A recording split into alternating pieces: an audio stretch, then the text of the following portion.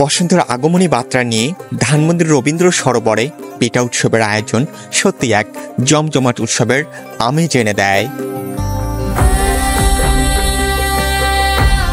এই উৎসব শুধু পিঠার স্বাদেই ভরপুর থাকে না, বাঙালিদের সংস্কৃতি ও ঐতিহ্যের এক অপূর্ব মেলবন্ধনও তৈরি করে।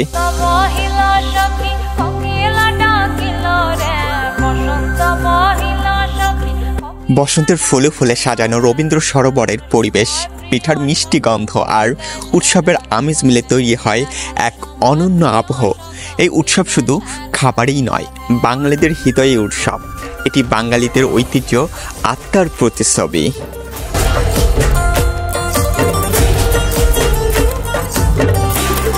ধানমন্ডির রবীন্দ্র সরোবর এলাকাটি ইতিমধ্যেই প্রকৃতিপ্রেমীদের কাছে একটি প্রিয় স্থান। এখানে পিঠা উৎসবের আয়োজন হলে তা আরও বেশি আকর্ষণীয় হয়ে ওঠে। বিভিন্ন ধরনের পিঠা যেমন পুলি পিঠা, ভাপা পিঠা, চিতই পিঠা, দুধের পিঠা, পাটিসাপটা ইত্যাদির স্বাদ নিতে ভিড় জমে স্থানীয় ও দূর দূরান্ত থেকে আসা মানুষের।